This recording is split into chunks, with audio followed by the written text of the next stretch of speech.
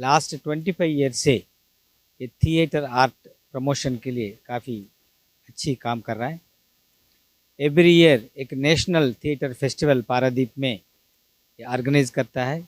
इस साल भी 2026 में भी नेशनल थिएटर फेस्टिवल ऑर्गेनाइज हो रहा है। 8 टीम पूरा इंडिया का अलग अलग स्टेट से इसमें पार्टिसिपेट कर रहा है।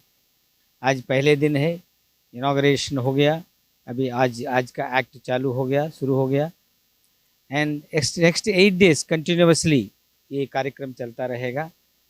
थिएटर आर्ट एक ऐसा आर्ट है तो हम सब लोग मिलके उसको प्रमोट करना चाहिए। उड़ीसा में थिएटर आर्टिस्ट के लिए बहुत बढ़िया पोटेंशियल है एंड ये थिएटर आर्टिस्ट को कैनवास उसको प्रमोट करके, ट्रेन करके, ऑर्गेनाइज करके ये सब करना उड़ीसा का कल्चर का, उड़ीसा का थिएटर आर्ट का, उड़ीसा का हेरिटेज का ये बहुत बड़ा सपोर्ट है। देखु कैनवास गत 25 वर्ष है 26 वर्ष पदार्पण कलानी आम मैंने केवल ही थिएटर करूँ एवं थिएटर माध्यम नाटक माध्यम आम लोकर केवल व्यक्तित्व गढ़ापी चाहूनी, लोकर परिभाषा भी बदलवाई चाहूँ।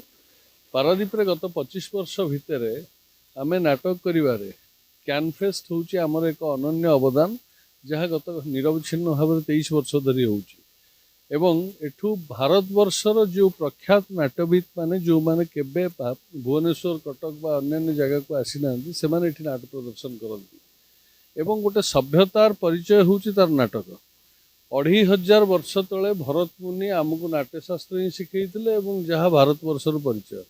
आज पारादीप भारतर नाट मानचित्र एक प्रमुख स्थान, जहाँ को लेकिन पारादीपवासी गर्वित, कारण एठी विश्वस्तरीय बा इंटरनेशनल थिएटर फेस्टिवल मध्य एठी भारत रंग महोत्सव होईची एवं आम माने भी नेशनल फेस्टिवल करूचु एवं पिलामानक पे होउची एवं जगन्नाथ ललित कला संसद पारादीपर कर्मकर्ता जी प्रशांत बाबू से मध्य सबु वर्गर लोक मानक पे थिएटर एक मनोरंजन नुहे मन गठन बोली प्रमाणित कर। तेणु आज कैनफेस्ट आभिमुख्य नहीं आज 23 वर्ष है।